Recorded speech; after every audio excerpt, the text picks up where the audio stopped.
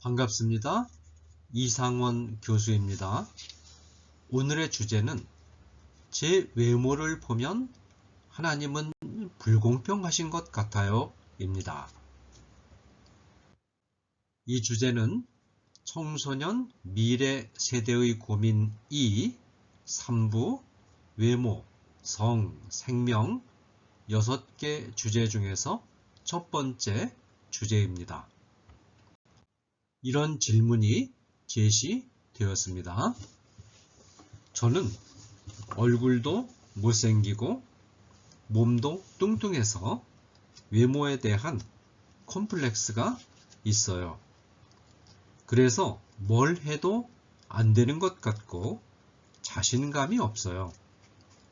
얼굴도 예쁘고 날씬한 애들은 뭘 해도 잘 되는 것 같은데요. 하나님은 공평하신 분이라면서 왜 저는 이렇게 만드셔서 힘들게 하시는 걸까요? 네, 이 질문에 대한 저의 답변입니다. 우리 친구들 나이는 신체적으로 남성과 여성의 특징이 본격적으로 나타나고 정신적으로 이성의 눈을 뜨는 시기이기 때문에 외모에 예민하게 반응하는 것은 매우 자연스러운 현상이에요. 다만 외모에 대한 예민한 마음이 우리 친구들의 생활에 지나친 부담을 주지 않도록 적절하게 조절하는 지혜가 있어야겠지요. 질문한 친구는 본인 스스로 생각하기에 얼굴도 그다지 예쁘지 않고 몸도 뚱뚱해서 고민하고 있군요. 오늘 제가 그 고민으로부터 탈출하는 몇 가지 방법을 알려드릴게요. 탈출법을 말하기 전에 우리 친구에게 꼭 부탁하고 싶은 것이 있어요. 될 수 있으면 성형수술을 통해서 문제를 해결하려고 하지는 말라는 거예요. 왜냐하면 성형수술은 하나님이 만들어주신 몸을 사람의 욕심으로 비정상적인 형태로 바꾸어 놓는 것과 같아요. 물론 치료를 위한 정형수술의 경우는 다르지만요. 성형수술을 하려고 고집하는 사람의 마음 바탕에는 하나님의 솜씨보다 사람의 솜씨가 더 낫다는 잘못된 생각이 있을 수 있어요. 그뿐만 아니라 성형에는 위험한 부작용이 뒤따를 수 있어요. 모든 경우가 그렇지는 않지만 수술하다가 전신에 연결된 신경망이나 혈관 등을 잘못 건드리면 치명적인 장애가 올 수 있고 또 수술 시에 사용한 약물 등이 부작용을 일으키는 일도 있죠. 만약 수술한 자리가 잘못되었다고 해도 재수술을 통해 원래의 상태로 회복시킬 수는 없어요. 또한 사람의 욕심은 끝이 없어서 한 부분을 고치고 나면 다른 것도 고치고 싶은 마음이 일고 그러다 보면 계속 수술하고 싶은 마음이 들 수도 있답니다. 자, 그러면 본격적으로 해결책을 나눠볼까요? 먼저 외모 문제로 고민하는 우리 친구가 알았으면 하는 게 있어요. 바로 외모의 문제는 단지 얼굴 형태만의 문제가 아니라 신체 그리고 마음의 건강과도 밀접하게 연결되어 있다는 점이에요. 이 점을 기억하고 친구의 고민으로 넘어가 볼게요. 첫째로 우리 친구는 몸이 뚱뚱하다고 했지요. 실제로 우리 친구가 얼마나 뚱뚱한지는 잘 모르겠지만 제 생각에 요즘 친구들이 생각하는 날씬함의 기준이 조금은 잘못되어 있는 것 같아요. 그 기준을 따라가면 모두 건강을 버리게 되지 않을까 우려가 돼요. 오히려 친구들이 생각하는 기준보다 조금 더 살이 있는 상태가 표준적이고 건강하고 가장 예쁜 상태랍니다.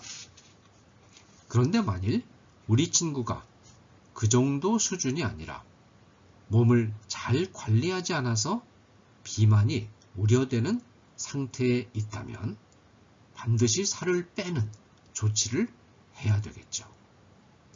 그러기 위해서는 우선 햄버거나 피자, 라면과 같은 인스턴트 식품과 탄산 음료의 섭취를 절제하고 자연산 재료로 만든 음식으로 식단을 바꾸고 꾸준한 운동을 통해 근육량을 늘려야 돼요.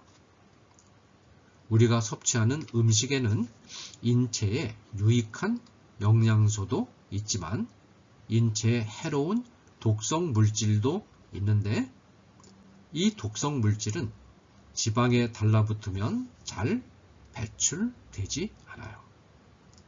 그 물질들이 혈관 등을 통해 온몸에 전달되면 각종 성인병을 일으키죠. 그러므로 우리 친구가 절제할 것은 절제할 수 있어야 해요.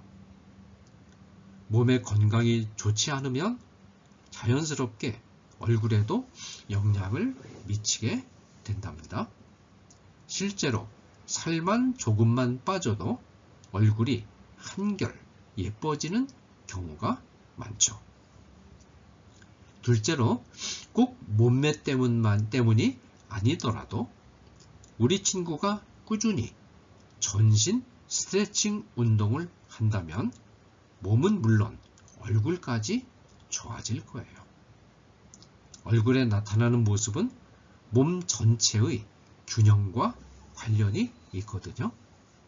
몸 전체의 균형이 잘 잡히면 신경 조직도 유연하면서 튼튼해지고 혈액이 원활하게 잘 통하게 되는데 그러면 얼굴 모양 역시 균형이 잡히죠. 비슷한 얼굴이라도 몸 전체의 균형이 잘 잡힌 상태에서 보이는 것과 잘 잡혀있지 않은 상태에서 보이는 것은 매우 달라요.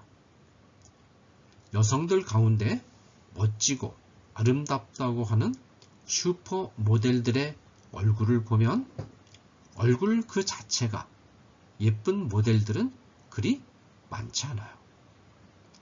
튼튼하고 균형 잡힌 몸과 자신감 있는 모습 때문에 사람들은 모델들이 예쁘다고 생각하죠. 특히 우리 친구 나이에는 책상에 오랜 시간 앉아 있어야 해서 바른 자세로 생활하지 않으면 몸의 균형이 흐트러져 얼굴의 균형까지 깨지기 쉬워요. 따라서 운동과 스트레칭을 틈틈이 그리고 꾸준히 한다면 그것만으로도 전체적인 모습이 달라져 보일 거예요. 셋째로 우리 친구가 예쁜 얼굴을 가지기 위해 해야 할 중요한 일이 하나 있어요. 그것은 마음을 착하고 아름답게 유지하는 거예요. 너무 뻔한 얘기 같나요? 하지만 사실 이것이 가장 중요해요. 얼굴의 아름다움을 결정하는 아주 중요한 요소가 바로 마음이거든요. 여기서 잠언에 있는 말씀을 찾아볼까요? 잠언 15장 13절에 보면 이런 말씀이 있어요. 마음의 즐거움은 얼굴을 빛나게 하여도 마음의 근심은 심령을 상하게 하느니라. 이 말씀에 보면 마음의 즐거움이 있으면 얼굴이 어떻게 된다고 했나요? 빛난다고 했어요. 왜냐하면 마음의 즐거움은 양약이라도 심령의 근심은 뼈를 마르게 하느니라 라는 잠언 17장 22절 말씀처럼 마음의 즐거움이 얼굴을 포함해서 몸을 건강하게 만드는 양약과 같기 때문이에요. 반면에 잠언 21장 29절에 보면 악인은 자기의 얼굴을 굳게 하나라는 말씀이 있어요. 악인은 마음이 악한 사람을 가리키는데 마음속에 악한 생각들이 가득 차 있으면 얼굴이 굳어버린다는 거예요. 이 본문들이 우리에게 가르치는 분명한 교훈은 마음이 깨끗하고 착하면 그것이 곧 좋은 약이 되어서 얼굴을 빛나고 아름답게 만들어주는 반면에 마음이 악하고 나쁜 생각들로 가득 차 있으면 이 나쁜 생각들이 얼굴을 밉상으로 만든다는 거예요. 그러나 이 말은 마음속 생각이 얼굴의 생김새를 바꿔준다는 뜻은 아니에요. 여러분도 호감형이라는 말을 들어보셨죠? 예쁘거나 잘생기지 않아도 사람의 마음을 즐겁게 해주는 호감을 느끼게 하는 얼굴이 있어요. 그런 것은 이 말씀처럼 마음의 생각에 따라 좌우된다는 것이죠. 사람들은 처음 만나면 얼굴 생김새를 아무래도 먼저 보죠. 하지만 그것은 오래가지 못해요. 조금 시간이 지나면 얼굴 생김새보다 그 다음에 그 사람의 마음과 됨됨이를 보고 예쁜 사람인지 밉상인 사람인지 알게 되죠. 따라서 우리 친구가 이제는 얼굴 생김새 때문에 너무 힘들어하지 말고 평소에 열심히 기도하고 하나님의 말씀 안에서 살면서 평안을 소유할 수 있으면 좋겠어요. 그렇게 하나님 앞에서 바르게 살아가는 삶을 통해서 착하고 아름답게 나 자신을 가꾸어 가는 거예요. 넷째로 우리 친구는 얼굴 생김새가 예쁘면 행복한 삶을 살고 그렇지 않으면 불행한 삶을 살 것이라고 오해하고 있는 것 같아요. 그러나 인생을 더 살아보면 그렇지 않다는 것을 알게 돼요. 사람의 아름다움은 영원한 것이 아니거든요. 외형적인 아름다움에만 이끌려 사람을 사귀게 될 경우 마음의 교감이 없는 상태에서 겉모습만 보고 만나다가 결국 그 관계를 지탱해 주던 외모에 대한 부분이 사라지면 관계도 자연스럽게 깨어지게 되죠.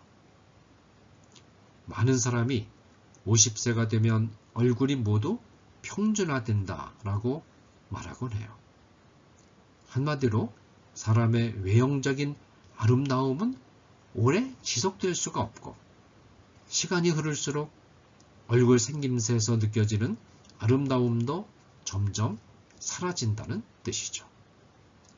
오히려 시간이 지날수록 깊이 남는 것은 착한 마음씨와 내면의 아름다움이에요. 그래서 하나님도 우리를 대하실 때 외모를 보지 않으시고 중심을 보시는 것 아니겠어요? 어떤가요? 우리 친구가 외모에 대해 많이 고민하는 것 같은데 지금까지 이야기한 것처럼 겉으로 보이는 외모는 마음의 생각과 몸의 상태에 따라서 얼마든지 달라질 수 있다는 것을 꼭 기억하면 좋겠어요. 이제 외모 콤플렉스에서 탈출해서 긍정적인 마음으로 다이어트도 하고 꾸준히 운동도 하고 밝고 착한 마음을 가지기 위해 노력해 보는 게 어떨까요? 친구는 하나님께서 만드신 단 하나밖에 없는 최고의 걸작품이다 라는 것을 잊지 말기를 바라요. 감사합니다.